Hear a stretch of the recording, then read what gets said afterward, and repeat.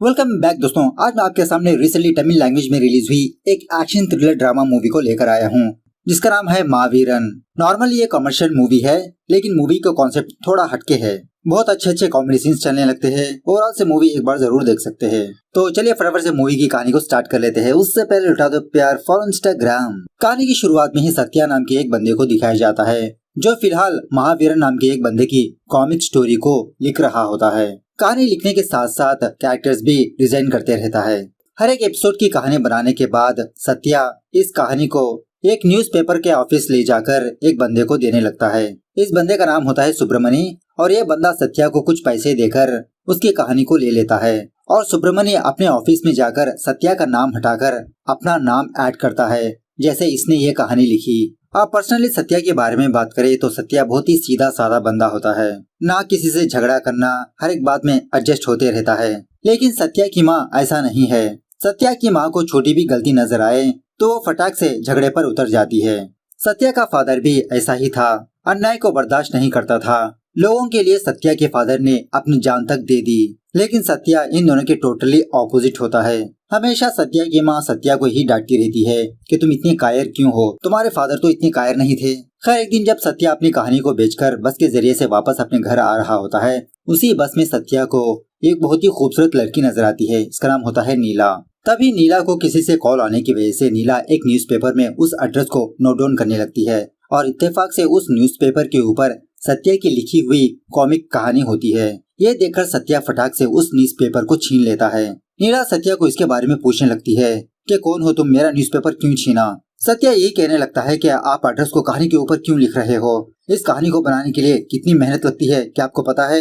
कहानी सोचनी पड़ती है, कहानी लिखनी पड़ती है, कैरेक्टर्स डिजाइन करना पड़ता है, शेडिंग करना पड़ता है, तब जाके ऐसी कहानी बनती है।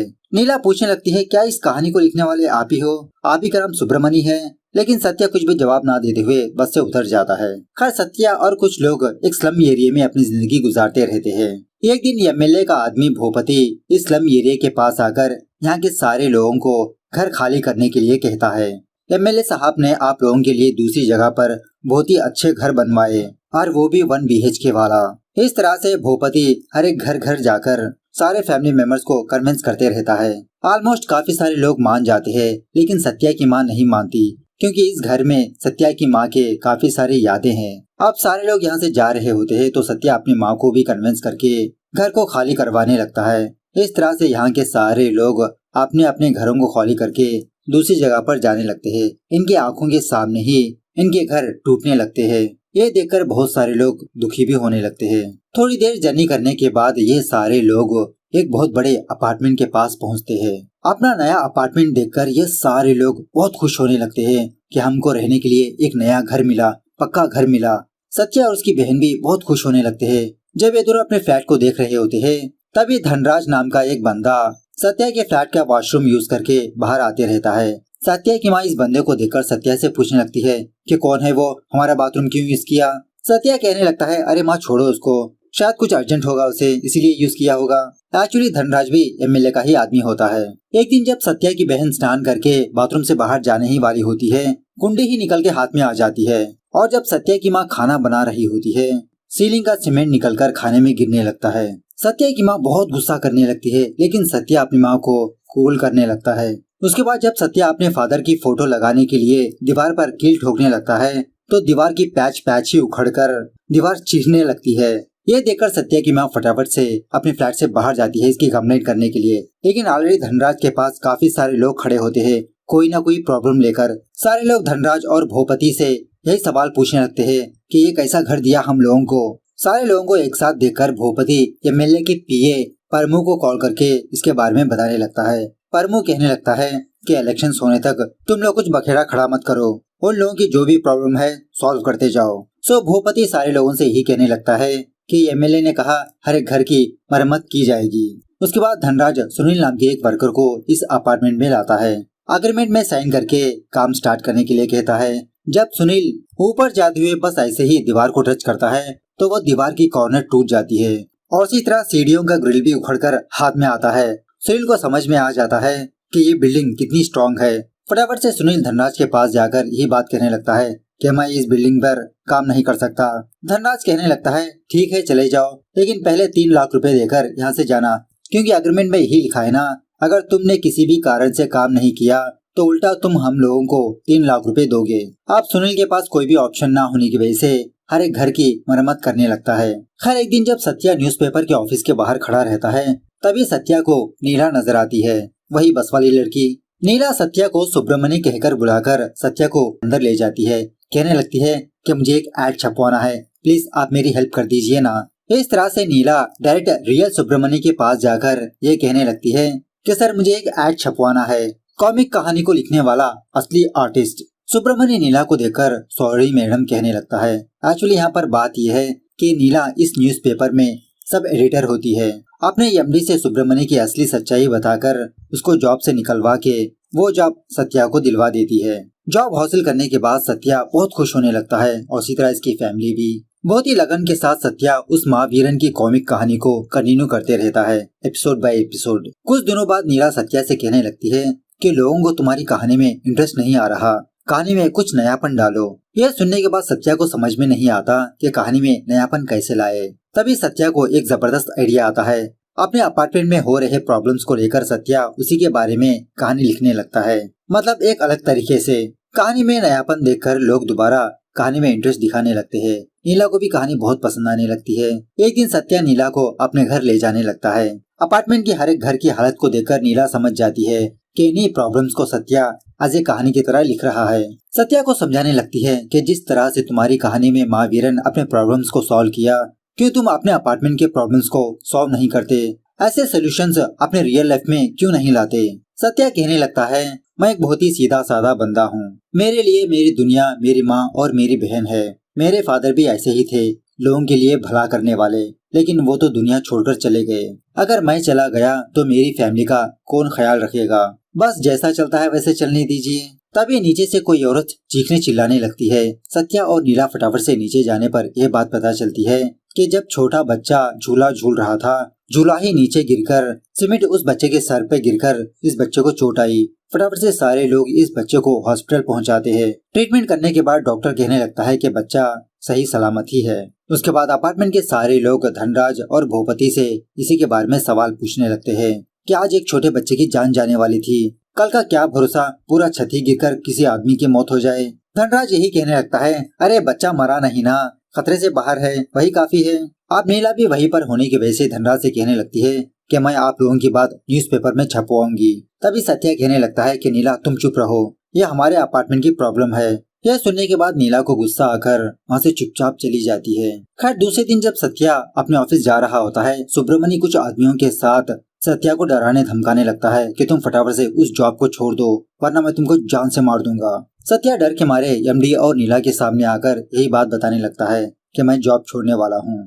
फाइनली एमडी कहने लगता है ठीक है, जो तुमने कहानी स्टार्ट की उस कहानी का दी एंड बनाकर तुम अपनी जॉब को छोड़ सकते हो। सत्या का ये डिसीजन सुनकर नीला को और गुस्सा आने लगता है, इससे बात ही नहीं करती। उसके बाद सत्या अपने टेबल पर जाकर इस कहानी का दी एंड बनाने लगता है। At the same time Dhanraj बहुत सारी दारू पीकर जब सत्या की बहन बाथरूम में स्नान कर रही होती है, धनराज जानबूझकर बाथरूम का दरवाजा ओपन करके अंदर जाता है। शाम होने के बाद जब सत्या वापस अपने घर आता है तो सत्या की माँ जो हुआ वो सारी बात सत्या को बताने लगती है और धनराज ने सत्या की माँ पर भी थोड़ा बहुत हमला किया, घर के सारे सामान भी फेंक दिया। यह सुनने के बाद सत्या गुस्से में आकर धनराज और उसके आदमियों के पास जाता है उनको मारने के लिए। सत्या को देखकर धनराज और भूपति सत्या से उसकी बहन को लेकर डराने धमकाने लगते हैं। क्या हर रोज तुम्हारी बहन अकेली कॉलेज जाती है ना, तुम तो यही चाहते हो वो सेफली वापस घर आए। इस तरह से उल्टा सत्या को डरा धमका कर मार पीट कर वहाँ से भेज देते हैं। सत्या की माँ सत्या को इसी बात को लेकर डांटने लगती है कि तुम्हारा भाई बहुत कायर है, वो कुछ नहीं कर पाएगा।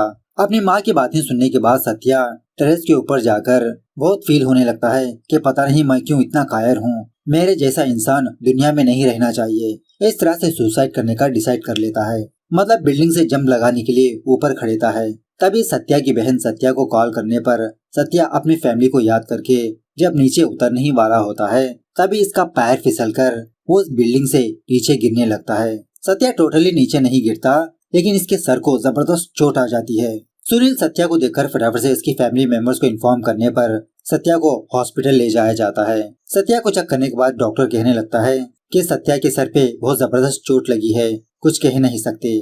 इसके बावजूद भी डॉक्टर सत्या को बचाने की कोशिश करने लगते हैं। धीरे धीरे सत्या की पल्स भी डाउन होने लगती है। तभी हम लोगों को वॉइस ओवर में ये सुनाई देने लगता है कि अब एक कायर की मौत होकर महावीर का जन्म होगा। सो देखते ही देखते सत्या का हार्ट बीट टोटली स्टॉप हो जाता है। कुछ ही सेकंड के बाद सत्या अचानक से अपने बिस्तर से उठ बैठता है। ये देखकर डॉक्टर्स शॉक में रह जाते हैं कि बिना सीपीआर के सत्या कैसे उठ बैठा। सत्या की सारी रिपोर्ट्स चेक करके डॉक्टर कहने लगता है कि ये तो सही सलामत है, आप इसे घर ले जा सकते हो। उसके बाद जब सत्या वापस अपने घर आकर सो रहा होता है, तभी सत्या को एक आवाज सुनाई देने लगती है कि जब तक इस घर की प्रॉब्लम सॉल्व नहीं होती महावीर को नींद नहीं आएगी। यह आवाज सुनने के बाद सत्या अपने घर के हर एक कोने कोने में चेक करने लगता है कि आखिरकार यह आवाज कहाँ से आ रही है। अपने माँ बहन को भी बताने लगता है, लेकिन यह आवाज सिर्फ सत्या को ही सुनाई देती रहती है, जिसकी वजह से रात भर सत्या सो ही नहीं पाता। जब भी आंख बंद करता वही आवाज सुनाई देती रहती है। सत्या की बहन ये बात नीला से बताने पर नीला सत्या को लेकर एक साइकियाट्रिस्ट डॉक्टर के पास जाती है। सत्या इस डॉक्टर से यही बात बताने लगता है कि मेरे दिमाग में हमेशा कोई आवाज चलती रहती है। सत्या को चेक करके वो डॉक्टर सत्या को कुछ दवाइयाँ लिख के देता है। सत्या और नीला उस दवाइयाँ लेने के लिए जब बाहर जाते हैं तो वो माइंड वॉइस सत्या को कितनी बिल होने वाली होती है ये बताने लगता है। जब दवाइयों का बिल सत्या के हाथ में आता है, सत्या शॉक में रह जाता है। एग्जैक्टली वही सेम अमाउंट होता है। सत्या फटाफट से डॉक्टर के पास जाकर यही बात बताने लगता है कि मेरे माइंड वॉइस ने ये बात कही है कि बिल कितनी होने वाली है। डॉक्टर कहने लगता है ठीक है, अब मैं जो किताब में लिख रहा हूँ वो तुम्हारे माइंड वॉइस से पूछकर बताओ। वो डॉक्टर किताब में कुछ लिखने के बाद सत्या को कुछ भी आवाज सुनाई नहीं देती। थोड़ी ही देर बाद इस डॉक्टर के सर पर सीलिंग फैन गिरकर वो बाहर भागने लगता है। जब सत्या उस किताब को देखता है तो इसमें स्टूपिड बोल के लिखा होता है। माइंड वॉइस कहने लगता है कि ये डॉक्टर महावीरन को ही बेवकूफ बनाने लगा तो मैंने इसको ही बेवकूफ बना दिया। खास के बाद जब सत्या और नीला वापस गाड़ी के जरिए से अपने घर जा रहे होते हैं, तभी सत्या को यह आवाज सुनाई देने लगती है कि अब महावीर यमनगढ़ दर्शन करने वाला है। सत्या नीला से फटाफट से गाड़ी रोकने के लिए कहता है कि कुछ अनर्थ होने वाला है, नीला फटाफट से गाड़ी रोको। लेकिन नीला अपनी गाड़ी नहीं रोकती। तभी एमएलए का एक बैनर सत्या और नीला के चेहरे को ढक देता है, जिसकी वजह से ये दोनों मरते मरते बच जाते हैं। मतलब इनके गाड़ी के सामने रॉड्स वाली लॉरी खड़ी होती है। उसके बाद जब सत्या उस बैनर को देखता है तो उस बैनर में एमएलए की फोटो होती है। सत्या समझ जाता है कि माइंड वॉइस ने इसी एमएलए के बारे में बताया, ना ही कि मौत के बारे में। घर जाने के बाद सत्या दोबारा यही सुनने लगता है कि ये कहानी जहाँ से स्टार्ट हुई वहीं पर खत्म होगी। सत्या फटाफट से टेरेस के ऊपर जाकर इसी के बारे में सर्च करते रहता है कि आवाजें कहाँ से आ रही है, कैसे खत्म करे। At the same time Sunil दारू पीने के लिए टेरेस के ऊपर आता है। सत्या सुनील से अपने साथ जो हो रही है घटनाएं वो सारी बात सुनील को बताने लगता है। सुनील कहने लगता है कि वो एमएलए बहुत बड़ा फ्रॉड है, फालतू की बिल्डिंग बनाकर लोगों की जान खतरे में डाली। अब तुम एक महावीर हो सत्या। खैर दूसरे दिन इनके कॉलोनी में वो एमएलए आने वाला होता है स्पीच देने के लिए। सत्या को इसके माइंड वॉइस ने ऑलरेडी बता चुका होता है कि इनके अपार्टमेंट के पास वो एमएलए आने वाला है। एमएलए आने के बाद स्टेज पर जब वो एमएलए कुछ स्पीच दे रहा होता है तो गलती से सत्या उस एमएलए के पोस्टर के ऊपर खड़ा रहता है। तभी भूपति इस चीज को देखकर सत्या को डांटने लगता है कि फटाफट से उस बैनर से नीचे उतरो। सत्या वहां से हटने की कोशिश करने लगता है, लेकिन वो बैनर इसके चप्पल को चिपक कर ही इसके साथ साथ जाने लगता है। पब्लिक के बीच आने के बाद सत्या अपने चप्पल को उस बैनर से निकालने की कोशिश करने लगता है, लेकिन लोगों को ऐसा लगता है कि सत्या चप्पल से उस बैनर को मार रहा है। फाइनली जब सत्या अपने चप्पल को बहुत ही जोर से निकालने लगता है तो इसके हाथ से वो चप्पल फिसलकर एमएलए को लगता है। वहाँ के सारे लोग यही समझने लगते हैं कि सत्या जानबूझकर चप्पल से मारा है एमएलए को। पुलिस वाले फटाफट से सत्या को गिरफ्तार कर लेते हैं, लेकिन पुलिस स्टेशन ले जाने के बजाय एमएलए के आदमियों के पास लाते हैं। सत्या इन लोगों से यही बात कहने लगता है कि सर मुझे माफ कर दीजिए, मैंने जानबूझकर ये चीज नहीं की, मुझे हमेशा कुछ आवाजें सुनाई देती रहती है। एमएलए के आदमी सत्या से कहने लगते हैं ठीक है एमएलए साहब तुम्हारे घर आएंगे, तुम उनसे माफी मांग लो, बस बात खत्म। तो सत्या भी इसके लिए हाँ कह देता है। थोड़ी देर के बाद एमएलए, उसका पीए परमू और काफी सारे मीडिया वाले सत्या के घर के बाहर खड़े रहते हैं। इसी में जब सत्या अपना चप्पल लेने के लिए नीचे झुकता है तो वो एमएलए ऐसे जताने लगता है कि सत्या इसके पैरों के ऊपर गिरकर माफी मांग रहा है। मीडिया के सामने यही कहने लगता है ठीक है मैंने तुमको माफ कर दिया। तभी वो वॉइस सत्या से कहने लगती है कि अब महावीर को बहुत गुस्सा आ रहा है, ये सुनने के बाद सत्या जब जोर से उठ खड़ेता है तो इसका सर उस एमएलए के सीने को लगता है। दोबारा वो वॉइस सत्या से ये कहने लगता है, यमन को मतलब उस एमएलए को हार्ट अटैक आने वाला है। सत्या फटाफट से एमएलए से कहने लगता है कि सर प्लीज फटाफट से हम लोग हॉस्पिटल चलते हैं या तो फिर एम्बुलेंस बुलाइए। एमएलए यही बात कहने लगता है, अरे नहीं बेटा मैं ठीक हूँ। लेकिन देखते ही देखते एमएलए के पसीने छूटने लगते हैं। जब सत्या फैन ऑन करने की कोशिश करने लगता है तो बिजली ही नहीं होती। विंडो ओपन करने की कोशिश करने लगता है तो विंडो ओपन ही नहीं होती। जब सत्या ज्यादा जोर लगाने लगता है तो वो विंडो ही उखड़कर नीचे गिर के एमएलए के कार पर गिरती है। इसकी कार टोटली डैमेज हो जाती है। ये देखकर उस एमएलए को बीपी हाई होकर वो नीचे गिरने लगता है। फटाफट से इसको हॉस्पिटल ले जाने लगते हैं। खर्च के बाद परमू एमएलए से कहने लगता है कि वो लड़का सत्या जानबूझकर ये चीजें नहीं कर रहा, इसके पीछे कोई है। आप अभी उसके ऊपर कुछ एक्शन मत लो, इलेक्शन खत्म होने के बाद मैं उसको देख लूंगा। लेकिन इसके बावजूद भी एमएलए रिवेंज लेने का ठान लेता है। अपने कुछ आदमियों को सत्या के घर भेजने लगता है। इस तरफ सत्या को इसका माइंड वॉइस ऑलरेडी इत्तला दे देता है कि एमएलए के आदमी महावीर के पास आ रहे हैं इसको मारने के लिए। महावीर अब उनको नहीं छोड़ेगा। तो सच में धनराज और कुछ लोग सत्या को तलाश करते हुए इसके घर के पास आकर सत्या को बहुत मारने पीटने लगते हैं। थोड़ी देर के बाद सत्या अपने माइंड वॉइस की बात सुनने लगता है, मतलब कैसे फाइट करना है, कैसे बचना है। सो सत्या उसी तरह से करने पर यहाँ पर एक जबरदस्त फाइट होने लगती है। ये फाइट देखकर सारे लोग शॉक में रह जाते हैं कि अकेला सत्या इन सारे लोगों को कैसे मारा। इसकी माँ भी बहुत खुश होने लगती है। उसके बाद जब ये बात उस एमएलए को पता चलती है, एमएलए बहुत गुस्सा करने लगता है। उसी तरह सीएम भी उस एमएलए को अपने पास बुलाकर वार्न करने लगता है कि इलेक्शंस पास ही में है, अगर तुम टिकट चाहते हो तो इस मामले को फटाफट से सुलझा दो। गाड़ी में घर वापस आते समय एमएलए का पीए परमू एमएलए को बहुत मारने पीटने लगता है। गालियां देते हुए कहने लगता है कि मैंने तुमसे कहा ना कि इलेक्शंस खत्म होने तक चुप रहो, क्यों तुम मेरी बात नहीं मानते, वरना मैं तुमको छोड़कर चला जाऊंगा। एमएलए रिक्वेस्ट करने लगता है कि प्लीज प्लीज जैसा तुम कहोगे मैं वैसा ही करूंगा, प्लीज बैठ जाओ। उसके बाद परमू सत्या के घर जाकर इसको एक ऑफर देने लगता है कि मैं तुम्हारी फैमिली को रहने के लिए एक बहुत अच्छा फ्लैट दूंगा, बस इन पेपर्स पर साइन कर दो कि तुमने इस घर को गलती से हड़पा। ये सुनने के बाद सत्या की माँ टोटली मना करने लगती है। लेकिन सत्या कोई भी झगड़ा नहीं चाहता, किसी भी तरह से इस अपार्टमेंट से बाहर जाना चाहता है। सो जिसकी वजह से सत्या परमू से ही पेन लेकर जब उन डॉक्यूमेंट्स के ऊपर साइन करने ही वाला होता है, वो पेन लिखता ही नहीं। दोबारा एक और पेन लेता है, वो भी लिखता नहीं। तभी खिड़की के जरिए से जबरदस्त हवा आने की वजह से वो पेपर्स इधर उधर उड़ने लगते हैं। सत्या किसी भी तरह से उन पेपर्स को हासिल करके बाथरूम में जाकर साइन कर ही लेता है, लेकिन ऊपर से पानी टपक कर इसकी साइन ही मिट जाती है। यह देखकर सत्या अपने माइंड वॉइस को डांटने लगता है। लेकिन बाहर रहने वाले परमू को ये बात समझ में आती है कि सत्या अंदर से इनको डांट रहा है, और इसी तरह गुस्से में आकर सत्या उन डॉक्यूमेंट्स को भी फाड़ चुका होता है। थोड़ी देर के बाद सत्या खुद उस एमएलए के घर आता है माफी मांगने के लिए। परमू पहले सत्या के हाथ बांध देता है ताकि दोबारा कुछ कांडमांड ना कर दे। उसके बाद सत्या इन लोगों से ये बात कहने लगता है कि सर मैंने जो भी किया जानबूझकर नहीं किया, मेरे कानों में कुछ आवाज गूंजती रहती है, उसी की मैं आवाज सुनता रहता हूँ। इस तरह से जब बात कर रहा होता है वो एमएलए सत्या के पीछे जाकर अपने हाथ में तलवार लेता है। सत्या परमू से कहने लगता है, देखा सर अब वो माइंड वॉइस मुझसे यही कह रहा है कि एमएलए ने अपने हाथ में तलवार लिया, मुझ पर हमला करने वाला है। इस तरह से सत्या उस एमएलए के वार से बचते रहता है। ये सारी चीज देखकर एमएलए और परमू शॉक में रह जाते हैं। सत्या जाने के बाद परमू एमएलए से कहने लगता है कि सत्या को बल से नहीं बुद्धि से हराना होगा। सो दूसरे दिन परमू सत्या को एक टीवी न्यूज चैनल पर बिठाता है।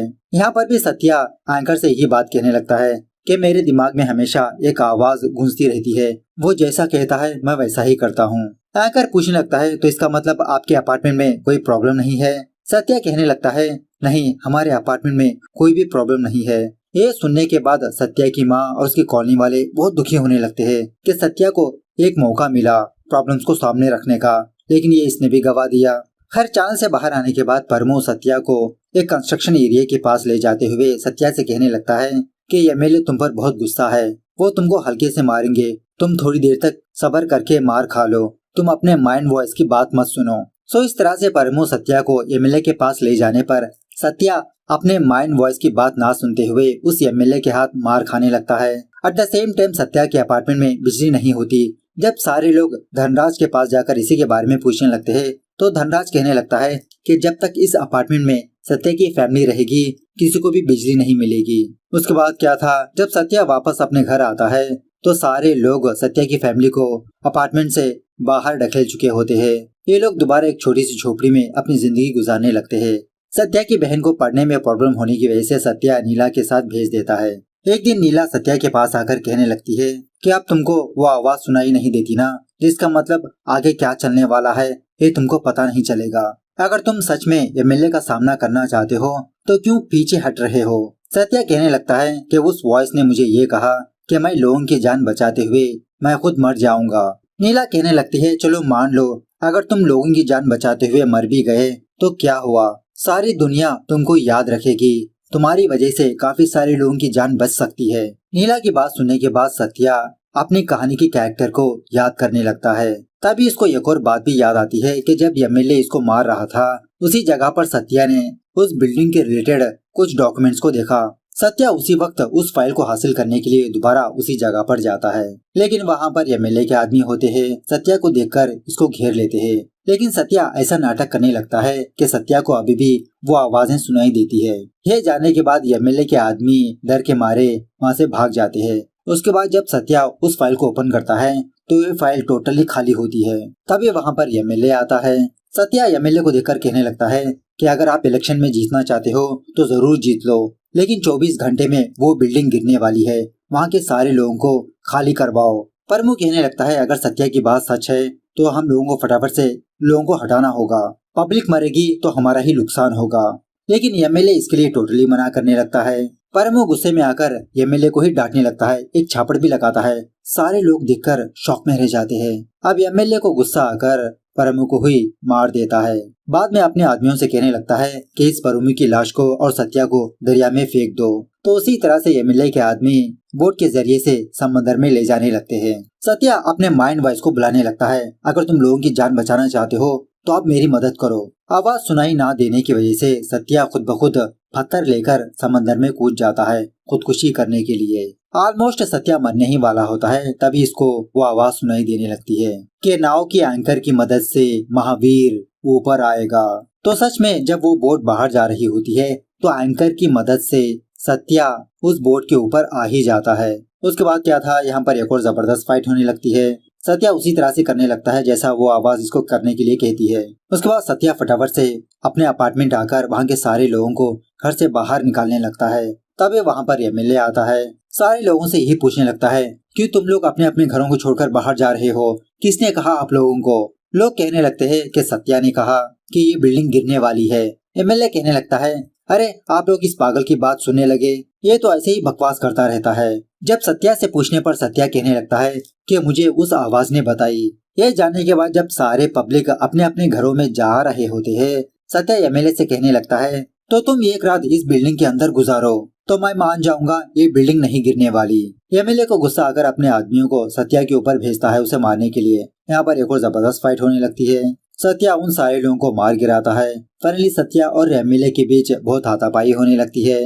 बाद में सारी पब्लिक एमएलए से ये बात कहने लगते हैं कि सत्या ने जो कहा उसमें गलत क्या है, पहले आप इस बिल्डिंग में रहो बाद में हम अंदर जाएंगे। एमएलए को गुस्सा आकर अपनी गन सत्या के ऊपर पॉइंट आउट करने लगता है उसको मारने के लिए। तभी उस बिल्डिंग का बड़ा वाला नेम प्लेट एमएलए के ऊपर गिरकर एमएलए मर जाता है। थोड़ी ही देर में ये बिल्डिंग भी धीरे धीरे कोलैप्स होने लगती है। बाद में पता चलता है कि एक बाप बेटी उसी बिल्डिंग में फंसे हैं। सत्या अपनी जान पर खेलकर उस बिल्डिंग के अंदर एंटर होकर उस बाप बेटी को बचाने की कोशिश करने लगता है। फाइनली उन दोनों को बाहर ला भी देता है, लेकिन सत्या बेचारा आ नहीं पाता, वो बिल्डिंग कोलैप्स हो जाती है। थोड़ी देर के बाद रेस्क्यू टीम आकर सत्या की लाश को उस बिल्डिंग से बाहर लाती है। उसके बाद सीन कुछ दिनों बाद शिफ्ट होता है, जहाँ पर गवर्नमेंट इन सारे लोगों को पक्का घर बनवाती रहती है। दूसरे सीन में हम सत्या को देखते हैं जो मरा नहीं होता, न्यूज़पेपर के ऑफिस में बैठकर वही कॉमिक कहानी को कंटिन्यू करते रहता है। लेकिन शॉकिंग बात यह है कि उस हादसे के बाद सत्या बहरा हो चुका होता है। वापस आने के बाद जब सत्या एक लड़की के साथ कुछ ड्राइंग कर रहा होता है तो उसी जगह पर कुछ लड़के क्रिकेट खेलते रहते हैं। तभी एक बॉल सत्या की तरफ आने की वजह से सत्या बिना देखे उस बॉल को पकड़ लेता है, जिसका मतलब सत्या को वो आवाज कानों में नहीं बल्कि इसके मन में सुनाई देती रहती है। इस तरह से ये मूवी यहाँ पर दी एंड होती है।